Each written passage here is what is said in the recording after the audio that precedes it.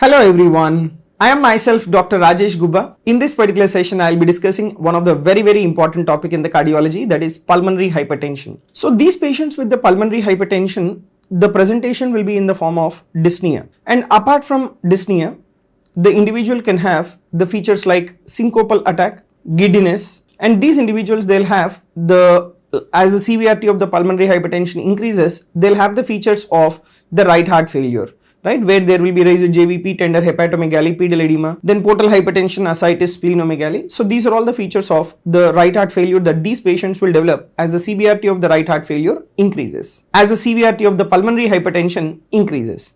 And compared to your systemic hypertension, pulmonary hypertension is one of the rare entity. And what is the criteria to call it as pulmonary hypertension is if the pulmonary artery pressure is elevated more than 20 millimeters of mercury.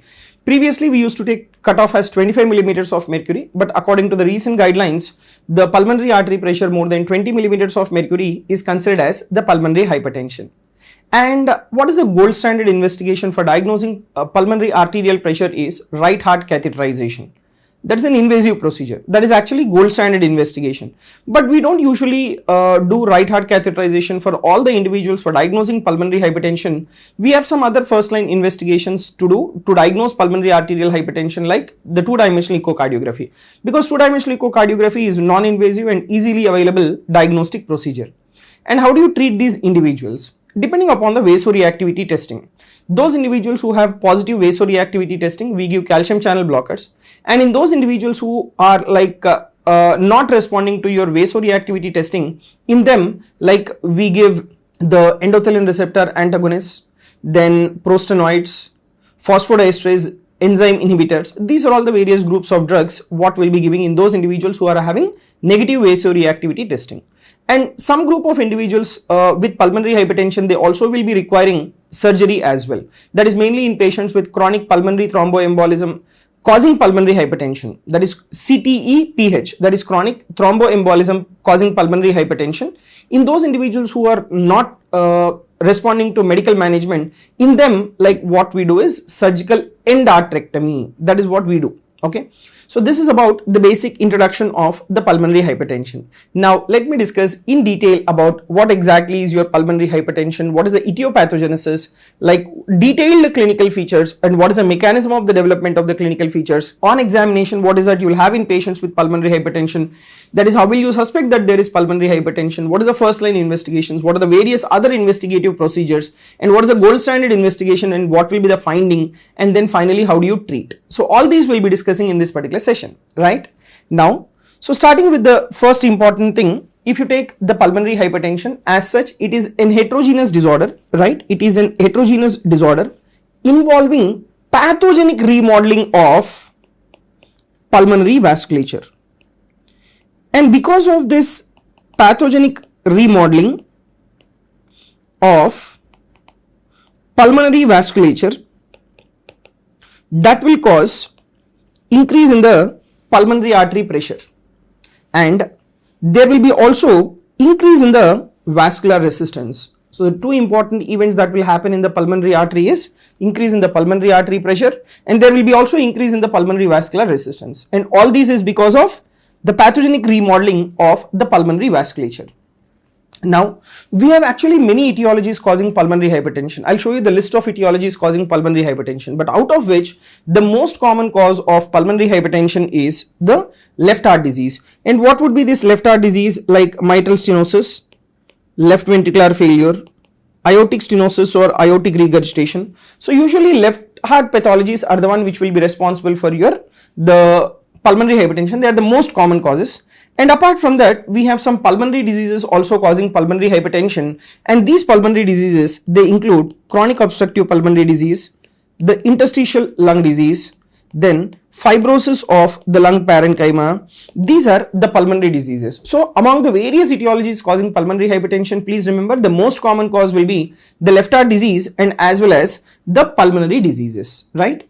Now, for the development of pulmonary hypertension, what is the basic problem that will happen in the pathogenesis? Remember, we have multiple molecular and as well as genetic events that will be taking place. So, impairment of multiple molecular and as well as genetic events. That is what is responsible for the development of pulmonary hypertension. So these impairment will cause obliterative arteriopathy, and this obliterative arteriopathy causing pulmonary hypertension is what is responsible for development of symptoms of pulmonary hypertension, that is dyspnea, chest pain, and as well as the syncopal attacks. Okay, so these are the events that will happen secondary to impairment of molecular and as well as the genetic events. And what will be the consequence of this, right? Remember, these patients with pulmonary hypertension, they have very high mortality rate, right? And they will have the development of decompensated right heart failure. Now, what will be the features of your decompensated right heart failure? Just now we were discussing that there will be raised JVP, tender hepatomegaly, pedal edema, portal hypertension, ascites, splenomegaly, all that will be there. But remember, the overall prognosis of pulmonary hypertension, if it is not being treated, they will have a very high mortality. Now, to call it as the pulmonary hypertension, what should be the mean pulmonary arterial pressure? So, the mean pulmonary arterial pressure, to call it as pulmonary hypertension, right, it should be more than 20 millimeters of mercury, right? And according to the previous guidelines, we use the word pulmonary hypertension when pulmonary arterial pressure is more than or equal to 25 millimeters of mercury, right? When pulmonary arterial pressure is more than or equal to 25 millimeters of mercury, that then we used to call it as pulmonary hypertension according to the previous guidelines. But according to the recent guidelines, right, the pulmonary arterial pressure should be more than or equal to 20 millimeters of mercury. Now, let me tell you the detailed pathobiology, like what is happening in the pulmonary vasculature, and the pathogenesis for the development of the pulmonary hypertension. So, next thing is the pathobiology, right? So, in this, let me discuss what exactly happens in the pulmonary artery per se for the development of pulmonary hypertension. So, what you have to understand is that there are multiple molecular pathways and as well as the genes that regulates pulmonary vascular endothelial and as well as the smooth muscle cell function, right? We have multiple molecular pathways and as well as the genes that will regulate pulmonary vascular endothelial and as well as the smooth muscle cell function. Now, what will be the problem for the development of pulmonary hypertension? Abnormalities, right? Abnormalities in this multiple molecular pathways and abnormalities in the genes that regulate the pulmonary vascular endothelial and smooth muscle cell is what is responsible for the development of pulmonary hypertension. Now, what is that abnormalities? So, that particular abnormalities, they include, number one, decreased expression of voltage regulated potassium channel. That is one abnormality. Second important abnormality is increased tissue factor expression. That is the second important abnormality. Third is hypoxia-induced activation of hypoxia-inducible factor 1 alpha. That is the third abnormality. And the fourth abnormality is mutation in BMPR2. That is the fourth important abnormality. And the fifth one is overactivation of serotonin transporter. That is the second important abnormality. And sixth one is activation of nuclear factor of activated T cells. That is the sixth abnormality. So these particular abnormalities are the one which will be responsible for the development of pulmonary hypertension, right? Now, because of this abnormality, what is the events that will happen in the pulmonary vascular endothelial cells? And there will be also influx of the fibroblasts, because these abnormal molecular and as well as genetic abnormalities will make the pulmonary vascular endothelial cell an injury. And once there is an injury, the cells of repair, the fibroblasts, they influx and they will try to cause the fibrosis of the vessel wall. Now, let me tell you what are all the events that will. Number one, there will be resistance to the apoptosis. That means there will be no programmed cell death. And there is excessive cellular proliferation in pulmonary vascular endothelial cells, and there will be abnormal or dysregulated metabolism, and at the same time there will be also increased oxidant stress. So these particular events that will be responsible for the development of pulmonary hypertension. And so if you take the pulmonary vascular cells and as well as the adventitious fibroblasts, so all these events, where do they take place? All these events, they occur within the pulmonary vascular endothelial cells because of these following abnormalities. Now, once these abnormalities happen, that is apoptosis resistance, cellular proliferation, dysregulated metabolism and increased oxidant stress, that will cause the infiltration of the fibroblast and proliferation of the fibroblasts. Okay. And because of this proliferation of the fibroblast, what will happen? See, fibroblast, once there is fibrosis of the vessel wall, what can happen because of all these events? Because of the fibrosis of the vessel wall, there can be decrease in the vascular compliance. So the distensibility of the vessel is reduced, right? And there, because of all these events, there will be also induction of the thrombosis within the vessel wall. Okay, and all these events, what they do is they induce, right? They induce the hypertrophy of the vessel wall. They induce fibrosis of the vessel wall, and they will also induce plexogenic remodeling. Right, they also induce plexogenic remodeling of the pulmonary arterioles. Okay, and because of this hypertrophy, fibrosis and plexogenic remodeling, plexogenic means what? Webbing of the vessel. The word plexogenic means formation of the web. So because of these abnormalities within the pulmonary arterioles, that will cause decrease in pulmonary vascular compliance, and that will also promote the in situ thrombosis within the pulmonary artery. So this is the basic pathogenesis for the development of pulmonary hypertension. But some of the individuals, occasionally or rarely, that is a minority of the patients, they appear to have vasoconstrictor dominant phenotype. That means these abnormalities, which particular abnormalities? These abnormalities will cause the vasoconstriction, and because of the vasoconstriction, there will be increase in the pulmonary arterial pressure more than or equal to 20 millimeters of mercury.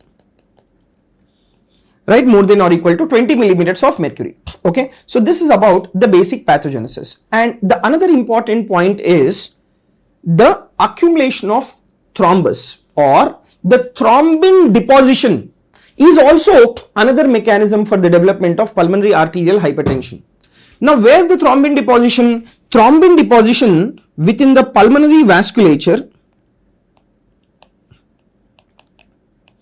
right? Thrombin deposition within the pulmonary vasculature, and the thrombin deposition within the pulmonary vasculature, it can occur as an independent abnormality, right? It can occur as an independent abnormality, or the thrombin deposition within the pulmonary vasculature can occur as a result of endothelial dysfunction. So this thrombin deposition, what it can do is it can amplify, right? It can amplify obliterative arteriopathy,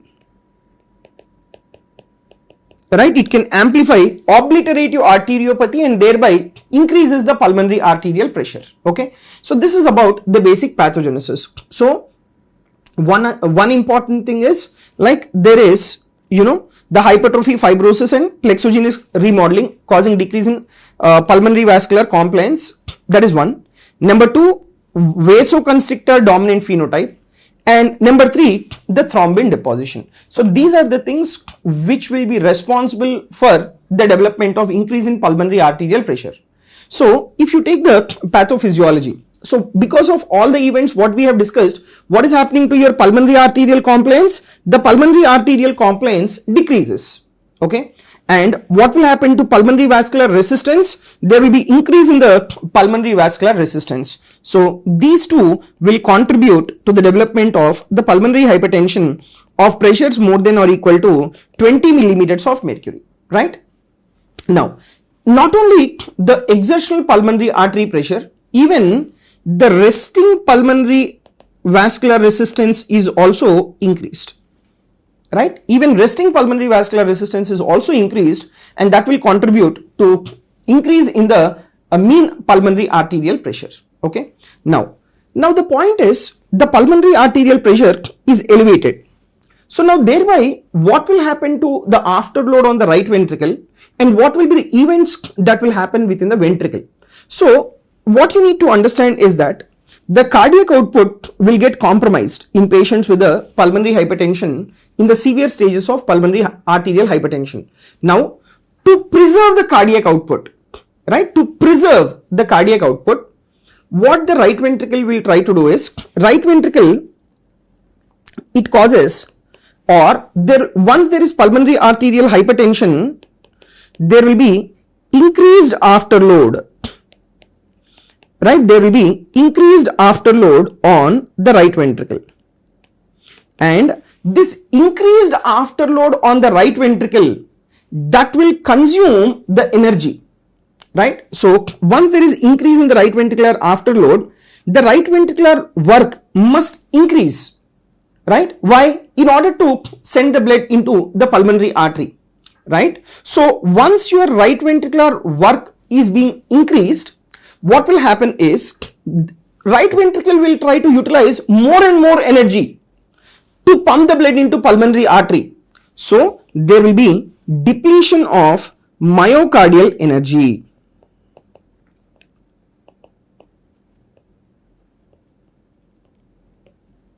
Right, there will be depletion of the myocardial energy. Right, now once there is depletion of the myocardial energy, what will happen at this point of time? So elevated right ventricular afterload will deplete the myocardial energy, right? Once there is depletion of the myocardial energy, as the severity of the pulmonary arterial hypertension increases, right ventricle cannot pump the adequate blood into the pulmonary artery. So basically, once there is depletion of your myocardial energy, there will be development of right ventricular dysfunction. That we call it as right ventricular pulmonary arterial uncoupling. So what do you mean by the word right ventricular pulmonary arterial uncoupling? That means the increase in your pulmonary artery pressure is increasing the afterload on the right ventricle, utilizing excessive myocardial energy, thereby causing depletion of the myocardial energy, and at one point of time there is development of right ventricular dysfunction, and because of which the blood which is pumped into pulmonary artery will be reduced. Ultimately there will be decrease in your cardiac output. So that we call it as pulmonary artery right ventricular uncoupling. So in the end stages of the pulmonary arterial hypertension, what will happen is the cardiac output declines. The cardiac output grossly declines because right ventricle is unable to send the blood into pulmonary artery. Subsequently, there is decreased flow of blood into pulmonary capillaries, pulmonary veins, and subsequently there will be decreased inflow into the left side of the heart. And once there is decreased inflow into the left side of the heart, the cardiac output decreases. Now, once there is decrease in cardiac output, there is activation of, or there will be extravascular manifestations that are very frequent. Right, that is extra pulmonary vascular manifestations are very frequent. What is that? Number one, there will be overactivation of neurohormonal signaling. What do you mean by this? See, cardiac output is decreasing. Once cardiac output decreases, the blood pressure decreases. Once the blood pressure decreases, that will stimulate the baroreceptors, that is carotid sinus and aortic sinus, and that will stimulate the vasomotor center, and that will increase the sympathetic outflow. Right, that will increase the sympathetic outflow. So that is nothing but your overactivation of neurohormonal signaling. That is one point. Second thing is there is renal failure. The simple thing, once there is decrease in your cardiac output, right, what will happen to the renal perfusion? There will be decrease in the renal perfusion. Once there is decrease in the renal perfusion, that makes the individual to develop acute kidney injury and subsequently the renal failure. Now, once there is decrease in the renal perfusion, what can happen? There will be decrease in the GFR, and once there is decrease in the GFR, there will be decrease in there is activation of RAS. Okay, so there will be release of renin from the JG apparatus, and once there is release of renin from the JG apparatus, the RAS gets activated and there is excessive release of the aldosterone, and this excessive release of aldosterone will cause sodium and water retention, and that will be responsible for the muscle remodeling, right? Basically what the aldosterone will do, it will increase the volume overload, and that will increase the venous return, and that will cause the muscle remodeling. So these are the events that can happen in the end stages of pulmonary arterial hypertension once the cardiac output declines. Now we're done with the pathobiology and as well as the pathogenesis. So basically, like, what is happening here is there is the excessive or there is abnormality in the molecular and as well as the genetic mechanisms. That is what is responsible for your pulmonary arterial hypertension, increase in the right ventricular afterload and depletion of the myocardial energy, decrease in the cardiac output, and all these events are happening. Now, if you take the clinical features in patients with the pulmonary arterial hypertension, these are the clinical features, but out of which the most common clinical feature will be dyspnea. So initially the patient will develop exertional dyspnea, but as the severity increases, the patient will have the dyspnea at rest. The other clinical features are fatigue, edema, chest pain, and as well as the pre-syncopal or the syncopal attack. The dyspnea and fatigue, these are the common features in patients with the pulmonary arterial hypertension. But edema, chest pain, and as well as pre-syncope or syncopal attack, these are the rare manifestations that will develop only in severe form of pulmonary arterial hypertension. Now, if you take the mechanism of the dyspnea, right, if you see the mechanism of the dyspnea, it can occur due to following mechanisms. Number one, due to reduced pulmonary blood flow. So once there is increase in the pulmonary arterial pressure in pulmonary hypertension, what will happen to the amount of blood flow through the lungs? So there will be reduced blood flow, right? There will be reduced blood flow to the lungs. So once there is reduced blood flow to the lungs, what will happen to the oxygen uptake? There will be decreased oxygen uptake, that is causing hypoxia, and there will be increase in the carbon dioxide retention. So there will be hypoxia and as well as the hypercapnia, and this will predispose to the development of dyspnea. And not only dyspnea, because of hypoxia, there will be also development of fatigue, right? Now, so the another point is impaired gas exchange. Again, the reason is the same. There is reduced blood flow through the lungs that can impair the ability of the lungs to exchange the oxygen and carbon dioxide, resulting in the sense of breathlessness and as well as the fatigue. Now, so that was about why there is dyspnea. The next thing is about why there is development of the fatigue.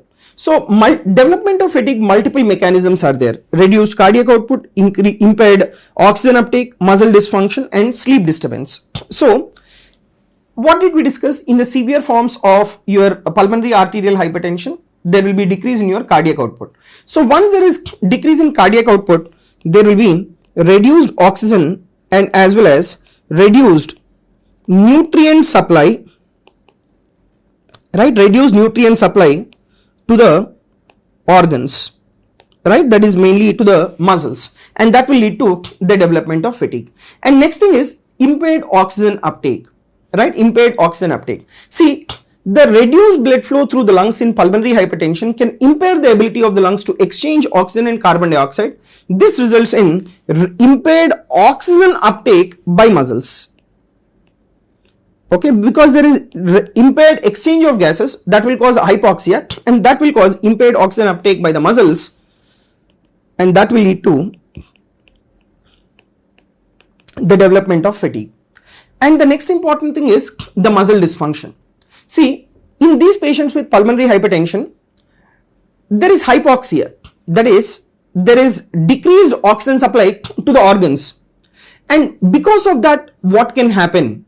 See, because of that, there can be development of muscle dysfunction. Why is that?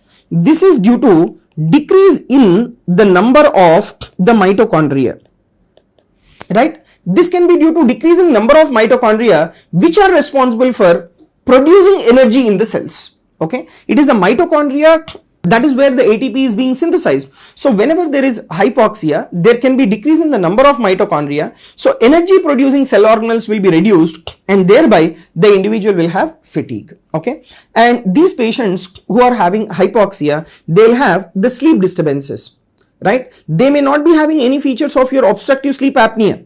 Okay, but because of hypoxia, there will be sleep disturbance, and this sleep disturbance will contribute to the development of fatigue. So the reason for fatigue is reduced cardiac output, impaired oxygen uptake by the muscles, decrease in the number of mitochondria within the muscles, and then sleep disturbances. And the other features are the development of the edema. So only dyspnea and as well as fatigue, these are the common features, whereas edema, chest pain, and as well as syncopal attack, they are less common. Okay, and all these, they are seen in advanced stages of, right, all these are seen in advanced stages of the pulmonary arterial hypertension. So now why is this particular edema? That is because of development of the right heart failure. That will cause raised JVP, tender hepatomegaly, and as well as the edema. But the point of explanation is about why there is chest pain. Okay, so why there is chest pain is because of increased afterload on the right ventricle. What is happening? There will be right ventricular strain, right? There is increase in the strain on the right ventricle of the heart. Okay, and this particular increase in the strain on the right ventricle of the heart, that will contribute to the development of the chest pain. Right, that will contribute to the development of the chest pain. Okay, particularly during the physical activity or at the times of stress. Okay, so this particular chest pain is mainly on exertion. So there will be exertional chest pain because that is the point when the afterload on the ventricles increases. And at the same time, what is happening here? There is also development of right ventricular ischemia. Why? Because there is increase in the afterload on the right ventricle. So there will be right ventricular hypertrophy. So there is increase in your myocardial oxygen demand. But how is the cardiac output? The cardiac output is decreased in severe forms of pulmonary arterial hypertension. So once cardiac output is decreased, what will happen to your coronary perfusion during diastole? That will be reduced. So once the coronary perfusion during the diastole is reduced, there will be right ventricular ischemia. And this right ventricular ischemia is also the one that contributes to the development of chest pain in these individuals. Okay, so mechanism of chest pain is right ventricular strain and as well as the right ventricular ischemia. Right, and next thing is the pre-syncopal and as well as syncopal attack. See, why does this occur is, as the severity of pulmonary arterial hypertension increases, there is decrease in your cardiac output. Once there is decrease in your cardiac output, what will happen to your cerebral perfusion? That can be reduced and that can predispose to pre-syncopal and as well as the syncopal attack. But by the time the individual has developed syncopal attack, that tells that the prognosis of the patient with pulmonary arterial hypertension is not that good. Okay, that's very, very important point that you need to remember. Now, as the severity of the pulmonary hypertension increases, then there will be right heart failure. Now, what all feature will be there in the right heart failure? There will be raised JVP, then tender hepatomegaly, and this tender, see, raised JVP is mainly because of increase in the superior vena cava pressure, and this tender hepatomegaly in right heart failure is mainly because of increase in the pressure within the inferior vena cava. And same thing is your pitting type of pedal edema. Even this is also because of increase in the pressure within the inferior vena cava. So this hepatomegaly, which we call it as the congestive hepatomegaly. Now this particular congestive hepatomegaly will cause increase in the pulmonary portal pressure. So there will be portal hypertension. Right, so how much will be the portal pressure? The portal pressure normal value is 5 to 10 millimeters of mercury. So to call it as portal hypertension, the pressure will increase to more than 10 to 15 millimeters of mercury. And secondary to portal hypertension, these individuals will develop ascites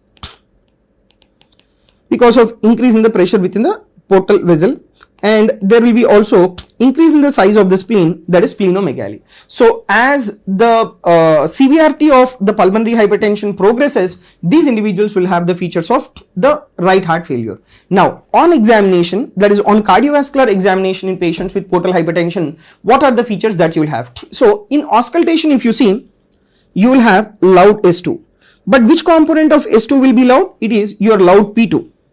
Okay, it will be your loud P2.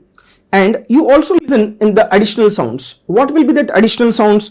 See, there is development of right ventricular failure. So that is the reason why there can be RVS3 and as well as development of, you will listen the RVS4 as well. And apart from that, the murmur. The murmur what you get in patients with pulmonary hypertension, it's not a true murmur, but it is the functional murmur. Right, the murmur that you develop is the functional murmur. So you have two murmurs. Because of pulmonary hypertension, the blood from pulmonary artery may leak into the right ventricle and thereby you get this early diastolic murmur.